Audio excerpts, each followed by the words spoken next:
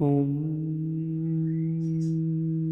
नमः सिद्धेभ्यः।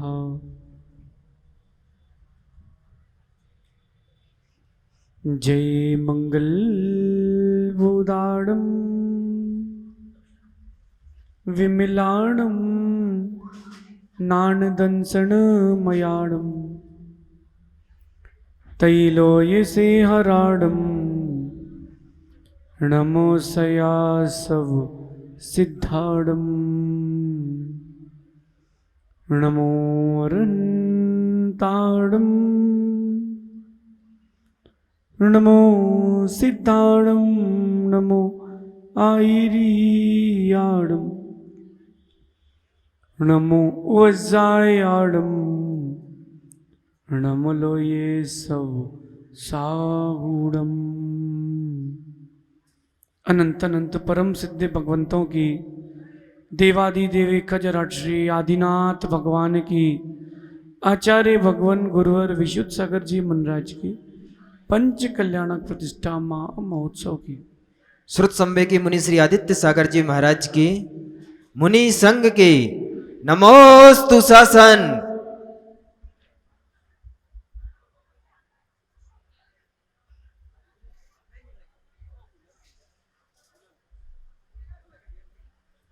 भव्य बंधुओं, अंतिम तीर्थेश भगवान महावीर स्वामी के इस पावन और पुनीत शासन में हम सभी विराजते हैं। तीर्थंकर प्रभु की दिव्य देशनयी मनुष्यों, हम सभी जीवों के कल्याण का साधन है। आज ये जीवन को धन्य करने वाला दिवस आया है। ऐसे दिन बार बार नहीं आते। जो दिन हमारे कल्याण के लिए आए, ऐसे कल्याणक के दिन बार बार नहीं आते। ये मंदसौर है। गांधी जी कहीं किसी के बारे में जानना हो तो रुकना पड़ता है। ये मंद शोर है। यहां धीरे से शोर होता है, लेकिन फिर बहुत जोर के होता है।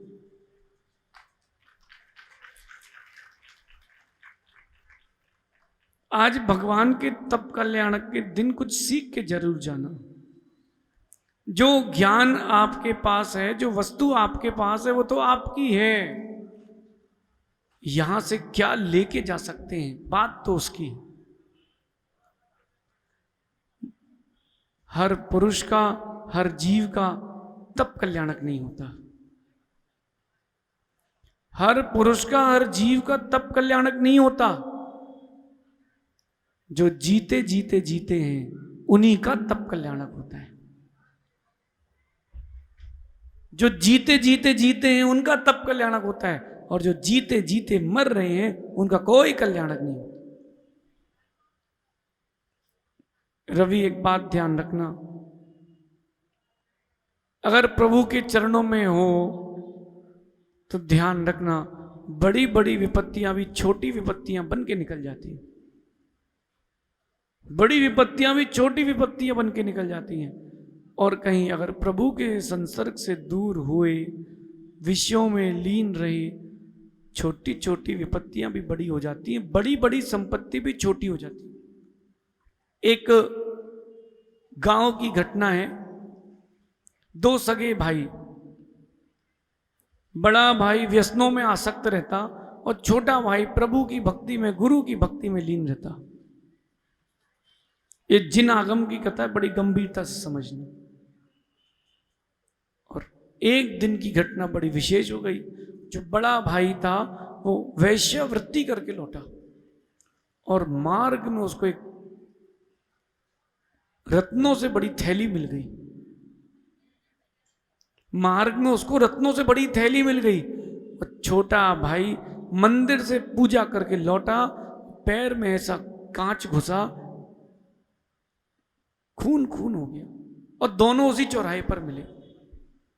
बड़ा भाई कहता है, देखा तुझसे कहा था ना मत जाया कर मंदिर, मत जाया कर मंदिर।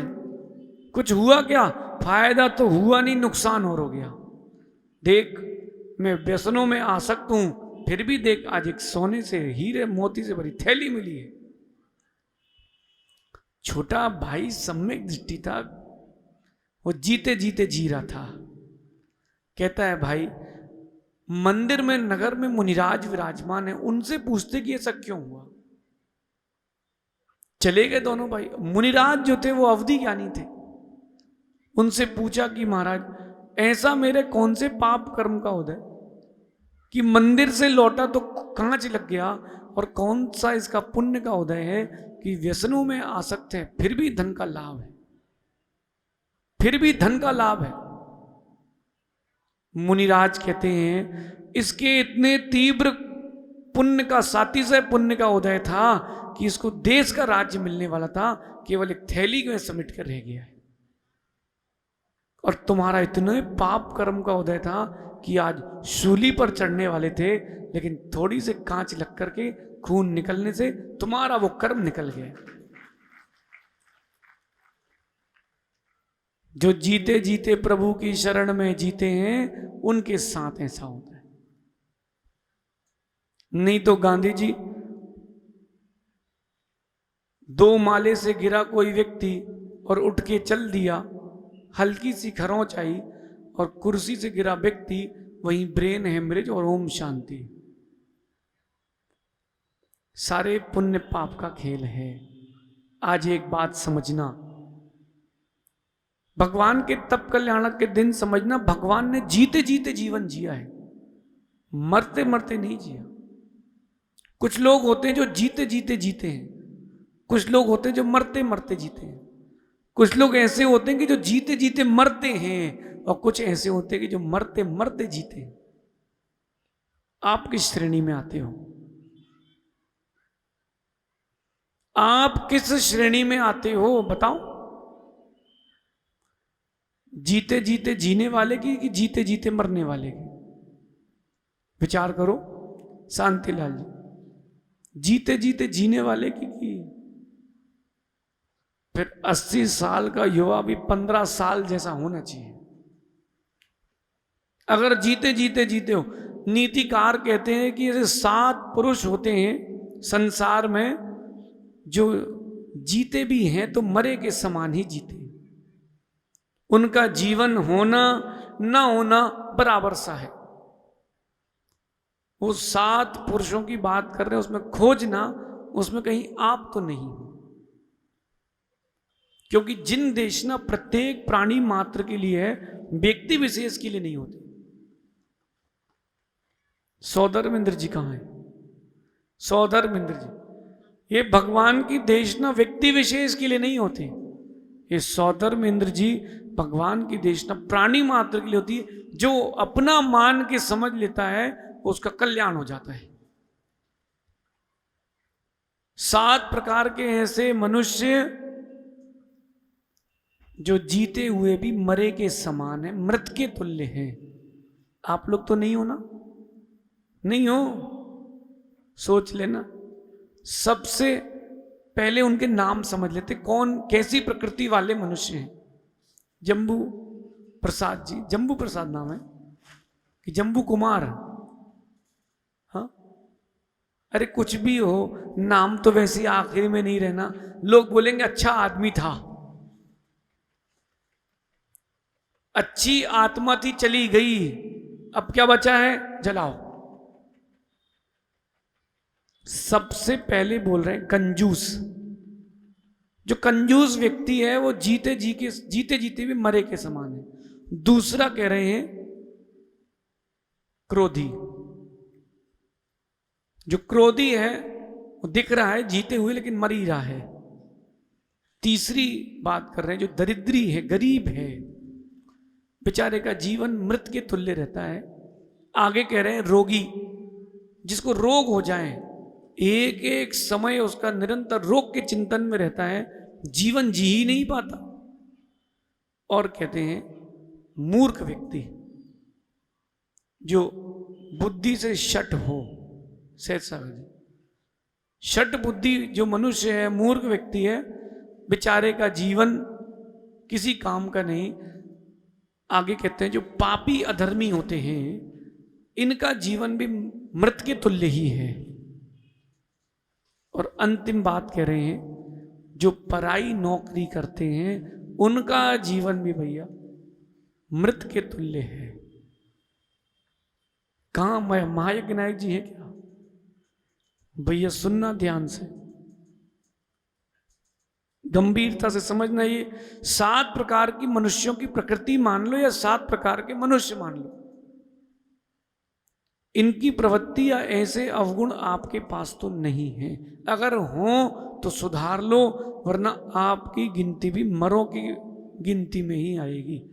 रहेगा बर्थ सर्टिफिकेट लेकिन रहोगे डेथ सर्टिफिकेट में ही। सबसे पहली बात करते अपन कंजूस व्यक्ति से प्रारंभ करते। गांधी जी जो कंजूस होता है ना, वो अपने जीवन में सांस भी पूरी नहीं लेता। लेना जरा पूरी सांस लेने के बाद जरा,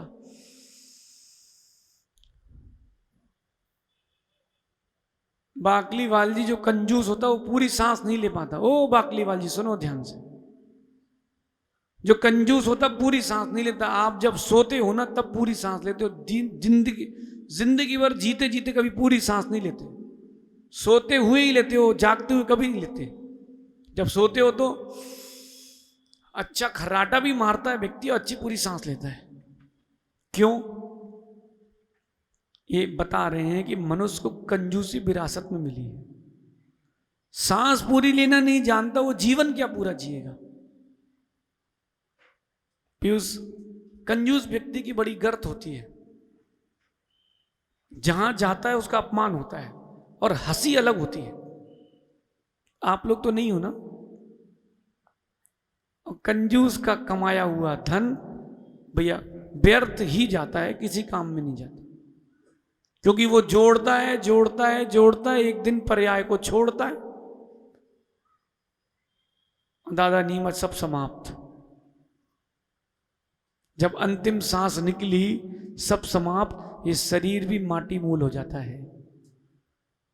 शरीर भी माटी मोल हो जाएगा, कोई लेगा नहीं। आपका बेटा भी संस्कार कराएगा, रखेगा नहीं। तो क्यों ना कंजूसी से ना जिया जाए, दिल खोल के जिया जाए। शांतिलाल जी कहाँ हैं? बढ़ जाते हैं जी, जब जाना ही है तो बड़े काम करके जाए। आप तो बढ़ जाते हो, बड़ी जाति वाले हो।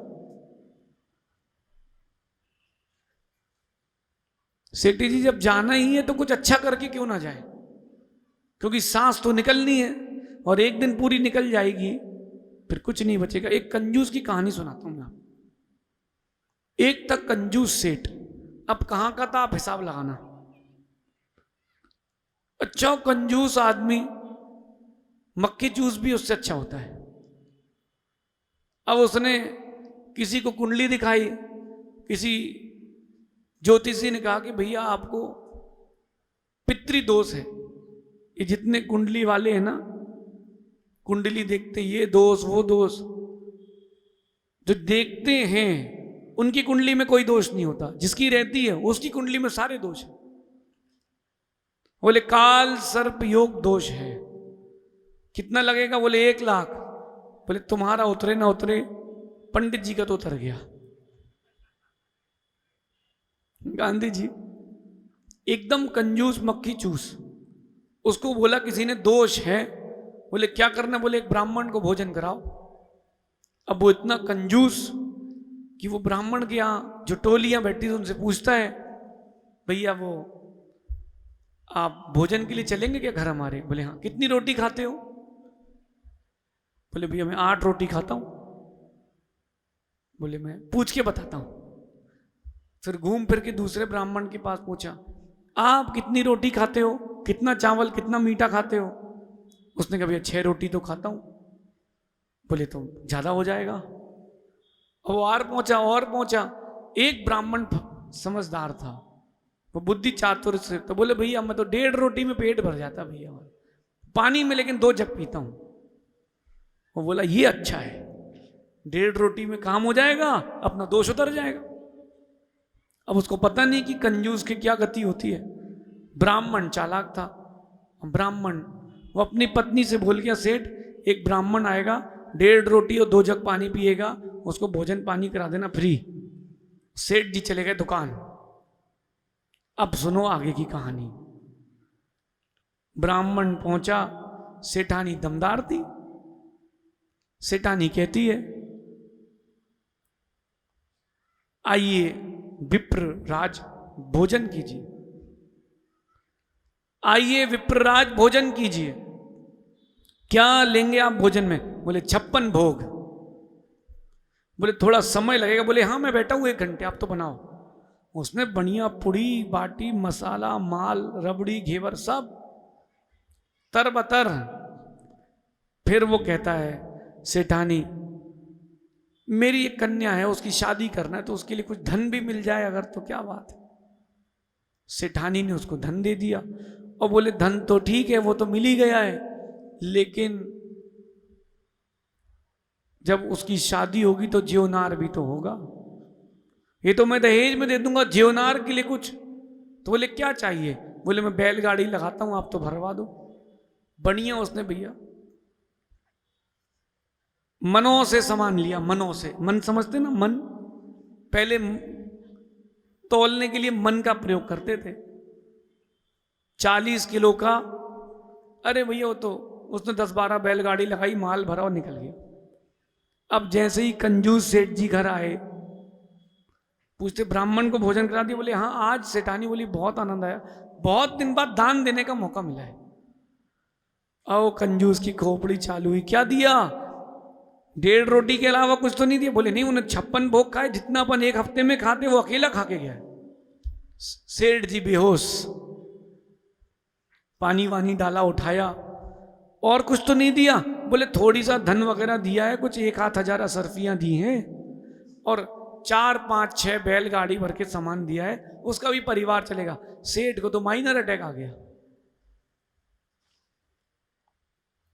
अभी शांति नहीं मिली।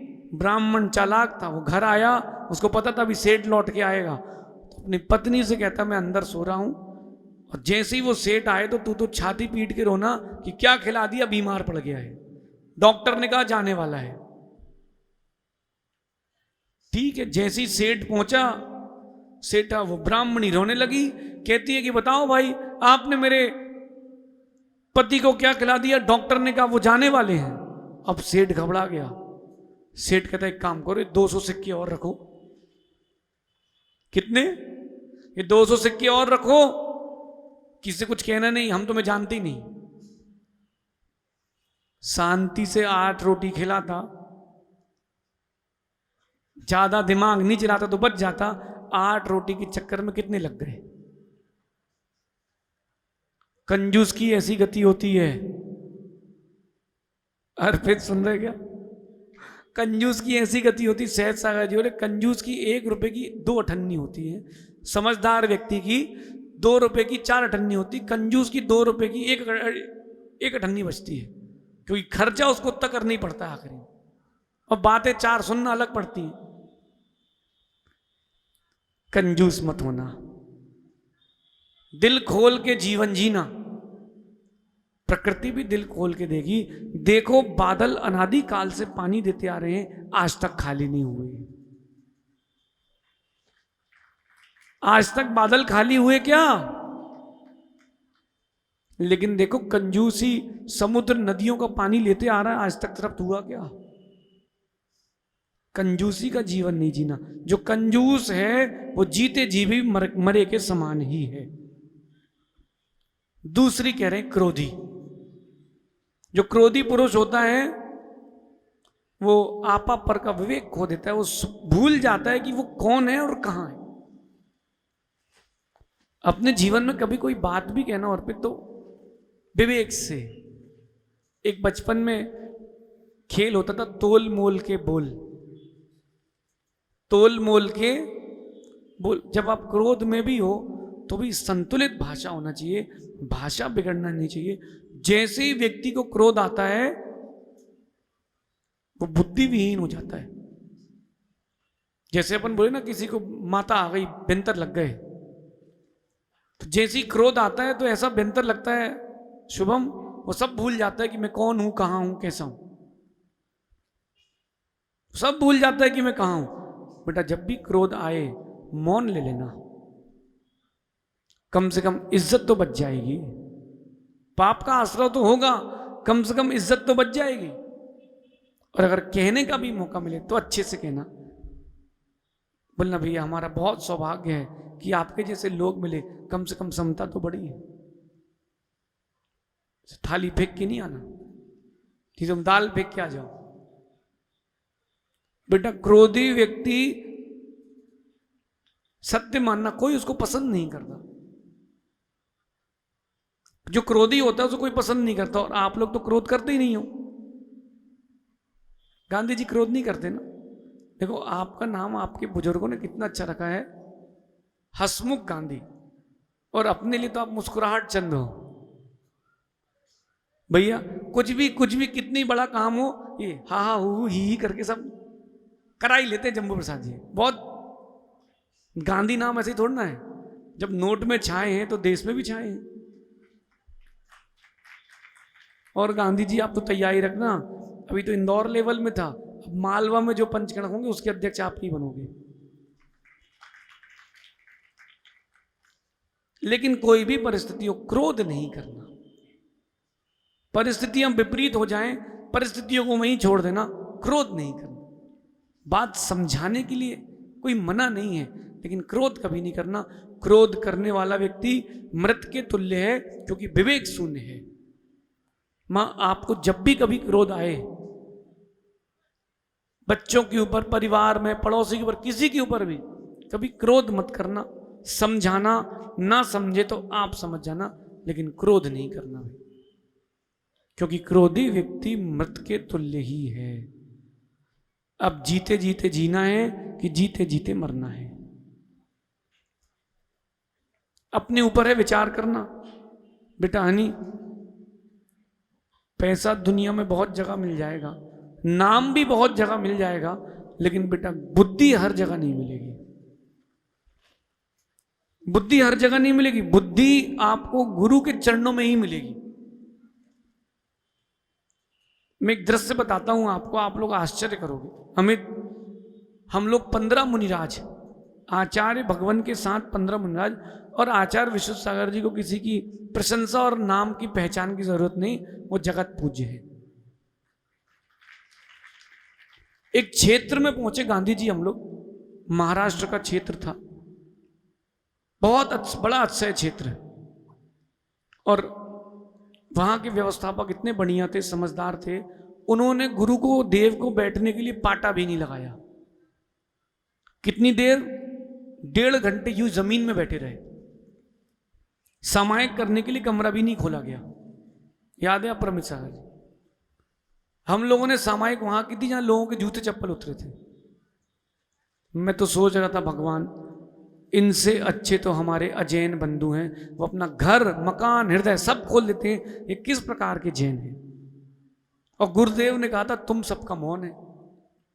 हमने जी, जब वहां से निकले, बाहर आए, तो स्वाध्याय चल रहा था, अष्टानिका का मौन था गुरुदेव का। मैंने कहा आचार्य जी इतना कैसे सहन कैसे कर सकते हैं इतना? तो गुरुदेव बोले मानाप मान समता स्वमता द्वितन्या। बेटा तत्वों का, दीक्षा का, जैन कुल में जन्म लेने का एक सार है, उसका नाम है समता। मान में, अपमान में समता।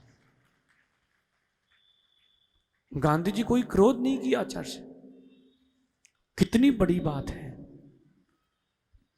और अकेले नहीं थे, 500 लोग साथ में थे।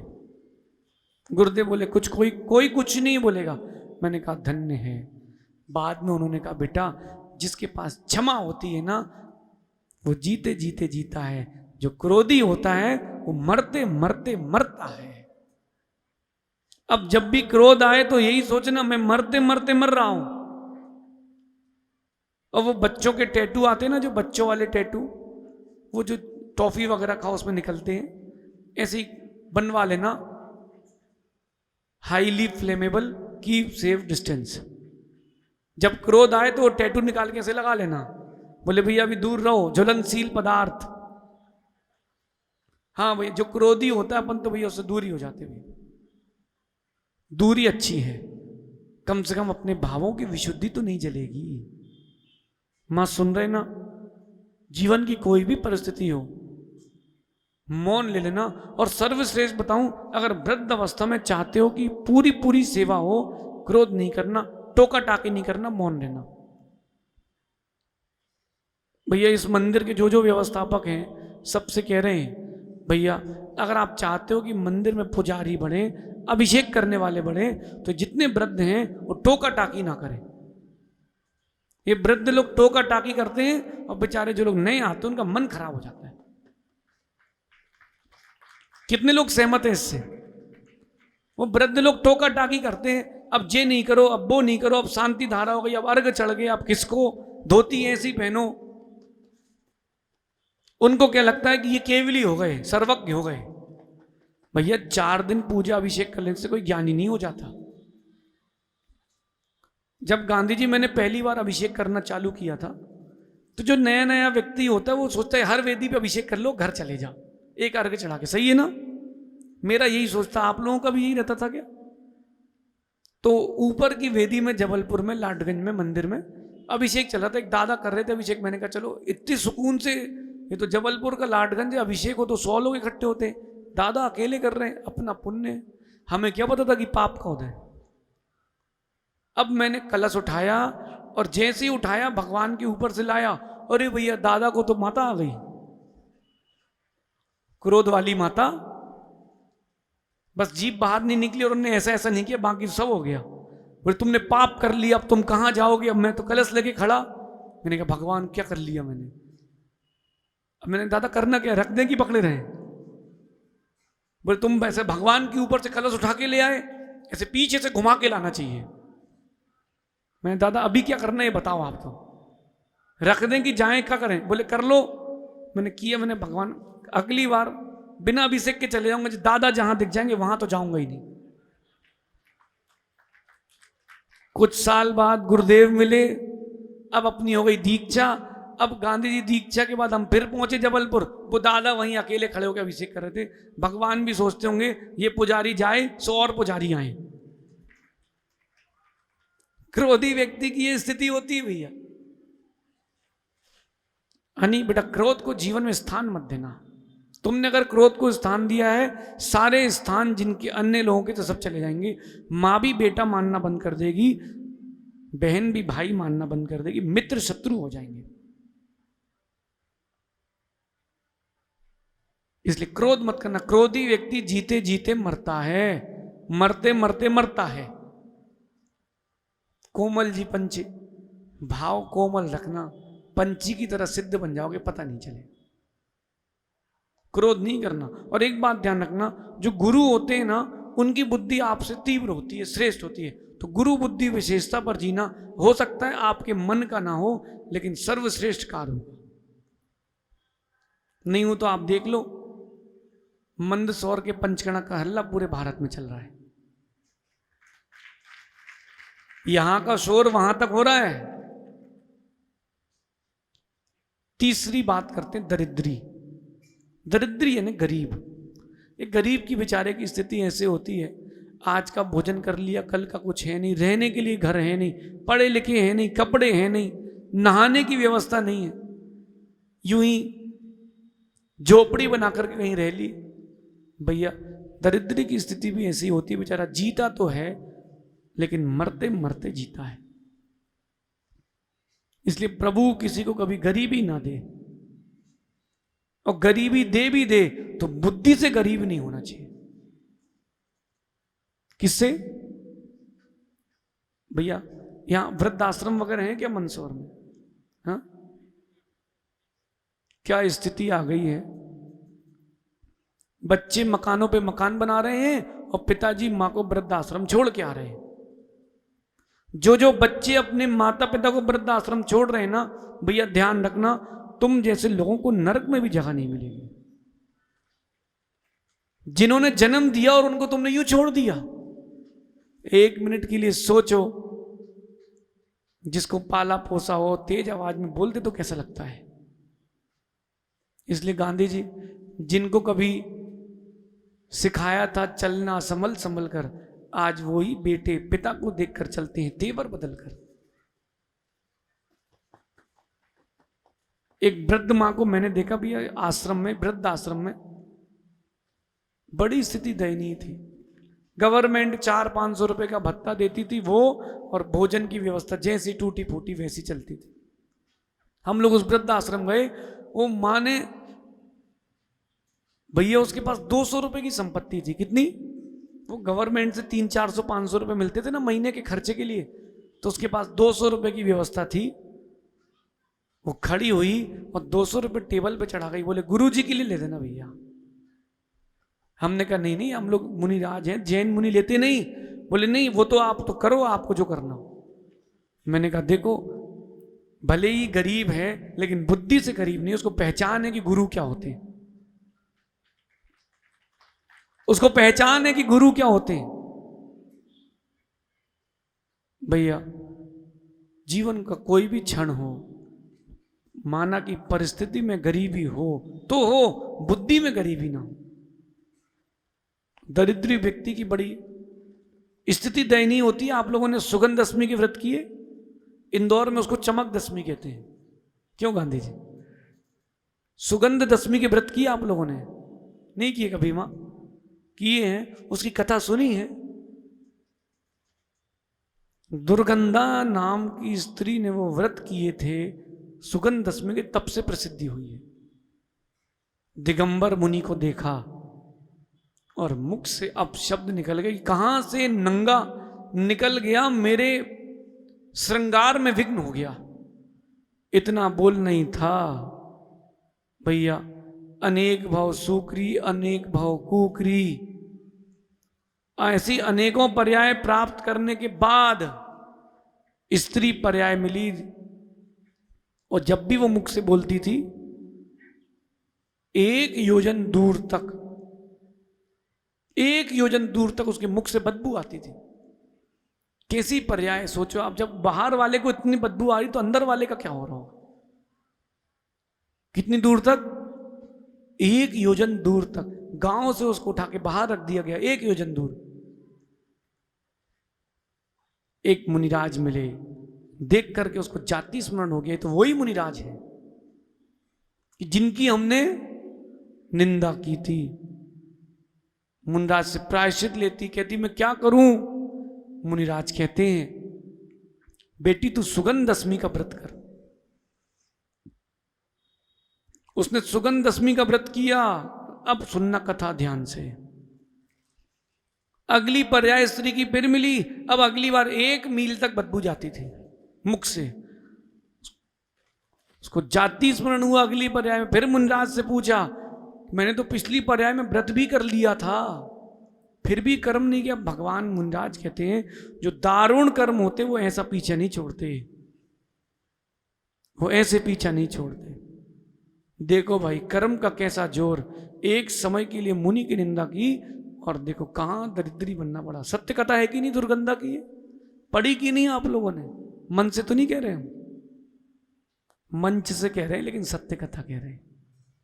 इसलिए भैया कभी ऐसा कोई काम मत करना कि दरिद्री बन जाओ, क्योंकि दरिद्री की स्थिति बड़ी दयनीय होती है। दूसरों के झूठन पर जीवन का निर्वाह करना पड़ता है। आगे कह रहे हैं रोगी। चौथा व्यक्ति रोगी। जो बेचारा रोगी हो, डॉक्टर साहब उसको तो ऐसा लगता है कि मर जाए वो अच्छा है। आप गए कभी कैंसर हॉस्पिटल? नहीं गए? कभी एक बार कैंसर हॉस्पिटल अपनी सुरक्षा के साथ जाना और होके आना भी। कैसी स्थिति होती है। शरीर में से छेद हो गया, यहां से पस बह रही है, बदबू आ रही है, पूरा शरीर बिबल हो गया, गंदा दुर्गंध युक्त हो गया और कोई देखना पसंद नहीं कर रहा। डॉक्टर साहब कैंसर पेशेंट देखे कभी? कैसी स्थिति होती है, कैसी दयनीय स्थिति होती है। हाँ क्या बोल रहे मां? अच्छा कैंसर स्पेशलिस्ट है, कैंसर पेशेंट है, कोई बात नहीं डॉक्टर साहब। ये जो प्रभु का दरबार है, ये 3 लोग के नाथ हैं। जब ये नारकी के प्रति दया का भाव रखते हैं तो आप तो प्रभु के भक्त हो, तो आपका क्या नहीं अच्छा होगा। शक्ति जो है वो भक्ति में है, दवाई में नहीं है। अगर दवाइयों से शक्ति होती, दवाइयों से काम होता, सब ठीक हो जाते। डॉक्टर साहब, दवाइयों से ज्यादा प्रभु भक्ति पर जोर रखना। अभी तो ठीक हो गए, अब जो आपने भगवान की भक्ति की, दोबारा कोई रोग ही नहीं होगा। अब वो जो 3 रोग बचे हैं वो सिद्ध बनने के बाद ही जाएंगे, जन्म, जरा और मृत्यु के। रोगी व्यक्ति की स्थिति बेचारे की इतनी दयनीय, इतनी गंभीर होती है। पैसा है तो खा नहीं पाएगा, और इतना पैसा इलाज में लग जाता है कि कुछ खाने लायक बचता नहीं। बड़े बड़े सेठों को देखा भैया हमने, पूरे नगर के नगर को जीवनार करा लें, लेकिन अरुण जी बेचारे की स्थिति ऐसी, वो मूंग की दाल के पानी में पतली सी रोटी लगा के खा रहा है और बढ़िया बाकी चीजें सूंघ रहा है। दूध दे दो, अच्छा दूध ऐसा होता है। मिठाई दे दो, क्योंकि अब उसको शुगर है, नमक नहीं खा सकता, बीपी है। ज्यादा गरिष्ठ चीज नहीं ले सकता क्योंकि किडनी खराब है। प्रभु से एक प्रार्थना करना, भगवान जब भी इस पर्याय से जाऊं निरोगी ही जाऊं, क्योंकि रोग रहते, संक्लेशता रहती, बेचारे को हर समय लगता है कि क्या कर लूं। एक रोगी था भैया, रोगी, और उसको जो रोग हुआ, वैद्य के पास गया, राज वैद्य के पास। उसने बताया कि ऐसे ऐसा रोग हो गया डॉक्टर साहब। उनने कहा तू भाई पर्ची बनाई, तो पर्ची बना के रख ली, उससे कहा तू मर जा। डॉक्टर क्या कहता है, तू भग जा यहां से, मर जा। लेकिन नियोग अच्छा था उसका। गलित कुष्ठ था उनको, गलित कुष्ठ मतलब शरीर के अंग जो हैं वो गल गल के गिर रहे थे नीचे, अर्पित। लेकिन कुछ तो पुण्य किया होगा, पूर्व पर आएगा तो बच गया। वो शमशान घाट गया, वहां एक मुर्दे की खोपड़ी पड़ी थी, और बरसात हुई, पानी भर गया। वो सोच रहा था कैसे मरूं, और एक सांप आया, उस खोपड़ी में उसने पानी पी लिया। सांप आया, उसने उस खोपड़ी का पानी पी लिया, और पानी जैसे पिया तो विष भी छोड़ दिया। अब वो सोचता ये खा के मर जाओ, पैसे भी नहीं लगने, और यहीं के मर जाएंगे, शमशान में कोई जला देगा। उसने भैया वो खोपड़ी का पानी पी लिया, और जैसे उसने खोपड़ी का पानी पिया, उसका पूरा गलित कुष्ठ ठीक हो गया। अब वो पहुंचता है वैद्य के पास, बोले आप तो कह रहे थे मर जाओ, बोले मैं पूरा ठीक हो गया हूं, मैं पूरा ठीक हो गया हूं। वैद्य ने एक पर्ची निकाली, बोले देख इलाज ये है कि इस नक्षत्र में पानी गिरे और मनुष्य की खोपड़ी में गिरे, और अजगर कालिया सांप आकर के उसको पिए, उसमें जहर छोड़ दे, उसकी इतनी देर बाद कोई पुरुष अगर पी लेता है वो पानी तो बच जाएगा। बोले तू कहाँ व्यवस्था करता, इसलिए मैंने कहा तू मर जा, यही खा के पी के आया। बोले हाँ। सर्वांग सुंदर हो गया भैया। और जब तक रोग था वो सोचा था बस कैसे करूं, मर जाऊं। इसलिए वे रोगी की अवस्था बड़ी गंभीर होती है। ऐसा कोई काम मत करना कि रोग हो जाए, और होए तो जल्दी इलाज कराना, विलंब नहीं करना, चाहे वो मन के रोग हो चाहे तन के रोग, क्योंकि ज्यादा दिन तक कोई रोग कहीं रहता है तो नासूर हो जाता है। आगे कह रहे हैं मूर्ख व्यक्ति, ये मूर्ख जितने हैं ये सब जीते जीते मरते हैं। सहज सागर जी जितने मूर्ख हैं, क्योंकि बुद्धि नहीं है। अब ऊपर का माला खा ली तो नीचे का क्या करेगा। और भैया मूर्ख लोग हों तो दूरी बना के रखना। वो कहते ना हम तो डूबेंगे, तुमको भी ले डूबेंगे। नहीं सुना मूर्ख व्यक्ति की यही कहानी कि हम तो डूबेंगे सनम, तुमको और ले डूबेंगे। मूर्ख व्यक्ति की स्थिति भी ऐसी ही है। बेचारे के पास बुद्धि होती नहीं, विवेक है नहीं, क्या करना क्या नहीं करना पता नहीं रहता। अब विचार करना, अगर कहीं कोई मूर्ख मिल जाए भी है तो उससे जबान मत लड़ाना, दूर हट जाना, क्योंकि तुम्हारे शब्द जाएंगे, समय जाएगा और उसको सूझेगा कुछ नहीं, वो हूं करेगा बस। अपन तो वही विवेक से काम करते हैं। मूर्ख मिल जाए गांधी जी, मौन ले लेना श्रेष्ठ। कथा सुनाऊं क्या है? एक राजा पूछता है मंत्री से, तुम बड़े समझदार हो, जब तुम इतने समझदार हो तुम्हारे बाप कितना समझदार होगा, तुम्हारे पिताजी कितने ज्ञानी होंगे? तो कहता है राजन, पहली बात तो वो बाप नहीं, मेरे पिताजी हैं। बोले ठीक है, बुलाओ उनको सभा में। अब उसको पता कि भैया कि पिताजी को इतना कुछ आता ही नहीं है, तो बोले पिताजी आप जाना तो मौन रहना, एक भी प्रश्न का उत्तर मत देना। वो समझ के बोले बेटा समझदार है, उसकी मान लो। सभा में पहुंचे राजा जी, राजा जी की सभा में मंत्री के पिताजी। अब पूछते तुम्हारा नाम क्या है? बुड्ढे। तो कुछ नहीं बोले, खड़ा ही रहे। कहां रहते हो? कुछ नहीं बोले, खड़ा रहे। क्या कमाते हो? कुछ नहीं बोले, खड़ा रहे। फिर और पूछा, कुछ जवाब ही ना दे। बोले कहां से मूर्ख लोगों से पाला पड़ गया, भगाओ इसको इधर से बाहर। और बेइज्जती करके भगा दिया भैया। मंत्री का पिताजी बोले, मंत्री का पिता कहता है बेटा आज तक ऐसी बेइज्जती नहीं हुई। बोले पिताजी धैर्य रखो, मैं जाता हूं। पहुंचा सभा में, बोले राजा जी सुनाइए क्या चल रहा है? बोले मंत्री जी एक बात बताओ, अगर किसी मूर्ख से पाला पड़े तो क्या करना चाहिए? बोले मौन रहना चाहिए। बोले मूर्ख से पाला पड़े तो समझ में आ गया कि मूर्ख कौन था, पिताजी की राजा जी। भैया मूर्ख से पाला पड़े तो मौन रहना, उसकी दोस्ती कभी मत करना, मरोगे, 100% मरोगे, 1000% मृत्यु हुई होगी, क्योंकि मूर्ख व्यक्ति की संगति आपके जीवन के लिए सबसे हानिकारक होती है। भैया स्कूल हो चाहे व्यापार हो, जिसके पास बुद्धि नहीं है उससे दूरी बना के रखना, कब निपटाएगा पता नहीं। एक पंडित जी थे, जम्बू प्रसाद जी, बढ़िया पंडित जी, समझदार ज्ञानी पंडित जी थे। अब एक मूर्ख उनका मित्र, अब उससे हमेशा पूछते क्यों रे, को जानता है, बता अब कौन सा महीना चल रहा है, कौन सी तिथि चल रही है। बेचारा मूर्ख कुछ नहीं बोले, उसको क्या पता। एक दिन पंडित जी बोले तू मेरे साथ चल, कुछ दिन रहेगा तो ज्ञानी बन जाएगा। और बेचारे को बड़ी टीस थी। अब पंडित जी पूछते बता कृतिका नक्षत्र के बाद कौन सा नक्षत्र आता है, पता है? अरे गधा है, तुझे कुछ नहीं आता। ये मार्ग कितने दूर जाना है, कितने 1 मील में कितने किलोमीटर होते पता है? बोले नहीं पता। तुझे क्या पता? कुछ नहीं पता है। चलते चलते हो गई रात, अब जंगल में दोनों सोए। अब वो मूर्ख सोचता है कि पंडित जी को बताना तो है कि अपन ज्ञानी हैं, कैसे बताएं, आइडिया नहीं मिल रहा। उसको आइडिया सूझा, घर गया, एक चाकू लेके आया। क्या लेके आया? बड़ी चाकू लाया, और पंडित जी सो रहे थे, रात को उनकी गर्दन निकाल ली, और गर्दन निकाल के पेड़ के पीछे रख दी, और बढ़िया उनके शरीर के सामने, धड़ के सामने बैठ गया। लोग निकलते सुबह की लाश के सामने क्यों बैठा है भाई?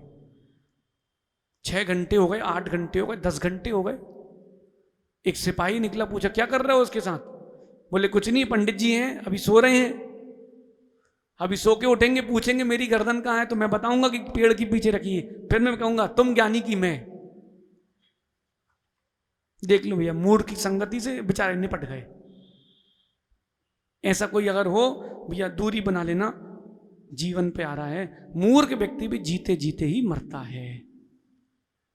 और अंतिम 2 पुरुष, एक पापी अधर्मी, उसको लगता है कि मैं जी रहा हूं, पैसे हैं, संपत्ति है, सब कुछ है, वो जी नहीं रहा, मर रहा है, क्योंकि आने वाली उसकी गति अधोगति है।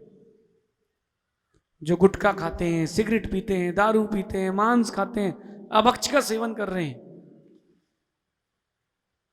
सबकी यही गति होगी, दुर्गति। भैया तू तो नहीं खाता गुटखा, पाउच, सिगरेट, इतना सुधरा? मंदसौर में तो नहीं इतने सुधरे लोग। आप लोग खाते गुटखा? कोई है जो गुटखा खाता है सभा में? नहीं, हम छुड़वाएंगे नहीं, घबराओ नहीं आप। अशोक जी, नहीं कोई खाता हो तो बता दो आप। हैं? नहीं बोलेगा, कोई बात नहीं, अच्छे अच्छे भूत बोलते हैं यहां पर, आप क्यों घबरा रहे हो? आप लोग पूरी सभा में कोई नहीं खाता ना गुटखा? जितने बैठे सबका त्याग है आज से। बताओ कौन कौन खाता है, हाथ उठाओ। कोई नहीं खाता इतनी बड़ी सभा में? आप लोगों तो नहीं खाती कहीं? हैं? कौन? एक हाथ उठ गया भैया, एक पीछे से और उठ गया।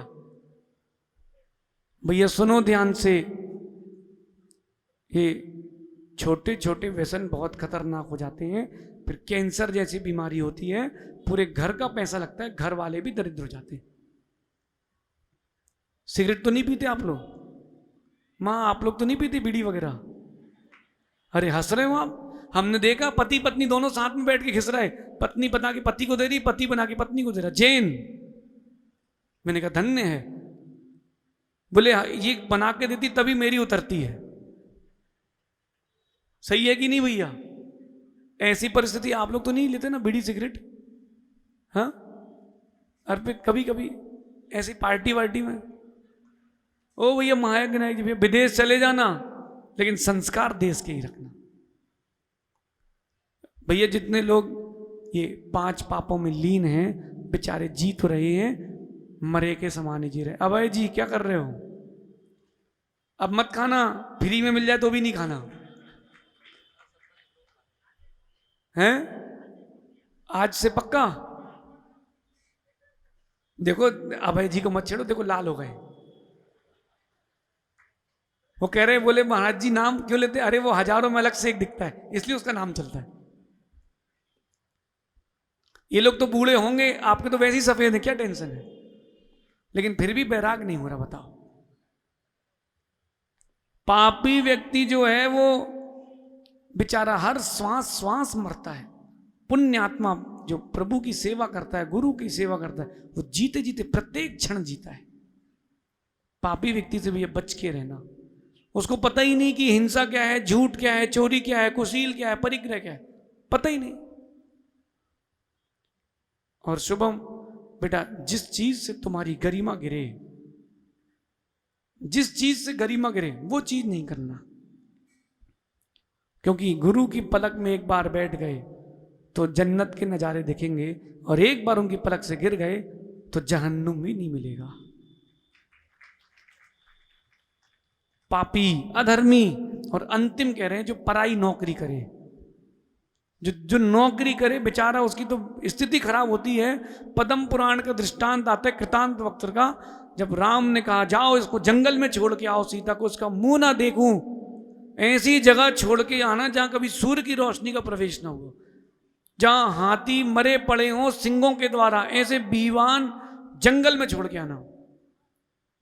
कृतांत वक्त छोड़ के आ गया और आके कहता है राजा आपके कही अनुसार काम तो हो गया, लेकिन आज से नौकरी छोड़ता हूं, किंकर से कुकर भला।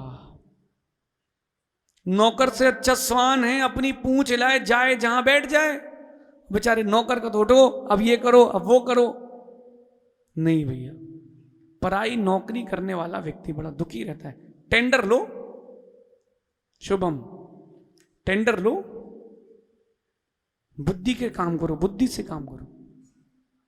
बुद्धि से काम करोगे बेटा सेठ बन जाओगे, पता नहीं चलेगा सेठ बन जाओगे। और जहां रिश्तेदारों का, घर के लोगों का राग सताया, फिर नौकर बन के वहीं जीना।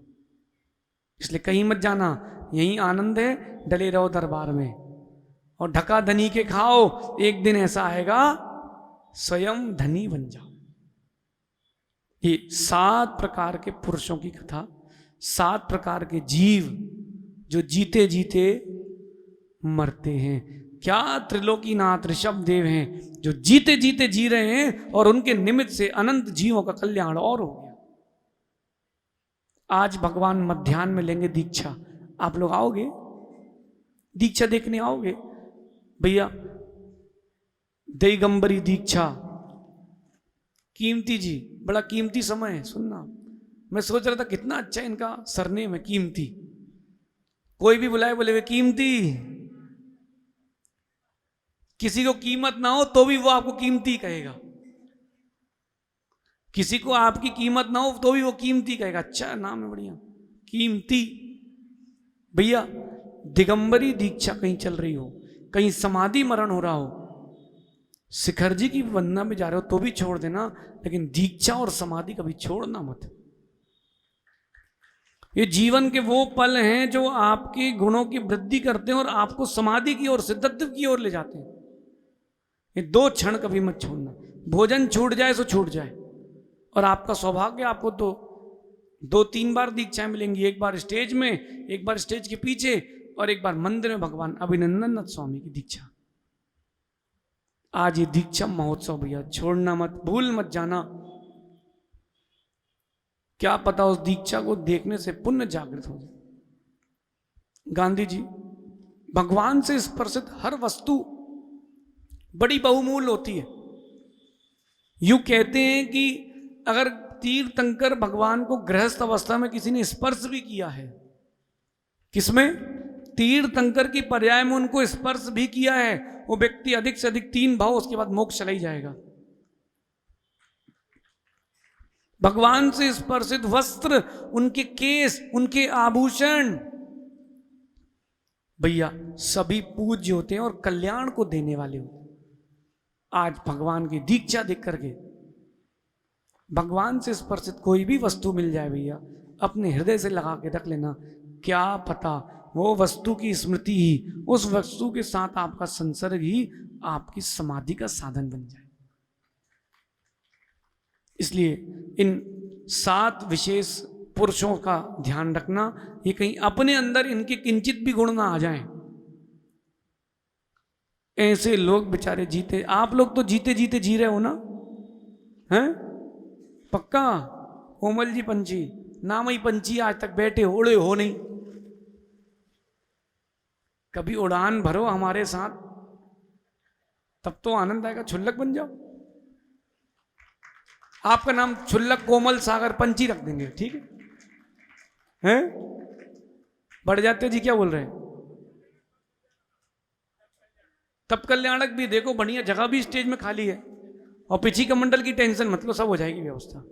अगर ये दीक्षा लेंगे तो पिछी का मंडल कोई भेंट करेगा क्या? हाँ, बहुत सारे लोग हैं, आप तो तैयारी करो। तैयारी है क्या? किसकी? वो कोमल जी कह रहे बड़जाते जी को ले जाओ, बड़जाती जी कह रहे पंछी को ले जाओ, उसको उड़ने की आदत है, किसको ले जाए? ऐसा ही है भैया, हर कोई एक दूसरे के लिए कहता है इनको ले जाओ, ये अच्छे हैं। आप सभी अपने जीवन में 7 प्रकार के मनुष्यों से बचें, और अगर ये किंचित भी गुण अपने अंदर अवगुण आए तो इससे अपने आप को बचाएं, क्योंकि ये जीते जीते मर रहे हैं। भैया पीयूष, जीते जीते नहीं मरना, अपन को जीते जीते जीना है। जो जीते जीते जीते हैं वही अंतिम समय समाधि मरण करते हैं। जो लोग धन के पीछे, संपत्ति के पीछे, विवाद के पीछे रहते हैं, बेचारों की कोई गति नहीं है। अपन प्रभु के पीछे हैं। प्रभु शरण और गुरु चरण, ये 2 चीज जहां हो गई वहां सब भद्रता, कल्याण कल्याण ही। आप सभी इन 7 प्रकार के पुरुषों से बचें, और कहीं अपने अंदर ये ना दिखे, ऐसा विचार करना तो विशुद्धि जारी है, वरना विशुद्धि जा रही है। अपनी विशुद्धि को निरंतर जारी रखें, और जहां कोई संक्लिष्टता है तो ओम इग्नोराय नमः, ऐसा भाव रखना। शेष आगे देखेंगे भगवान महावीर स्वामी की, आचार्य भगवान गुरुवर विशुद्ध सागर जी महाराज की। जय बोलो परम पूज्य गुरुदेव आदित्य सागर जी महाराज की।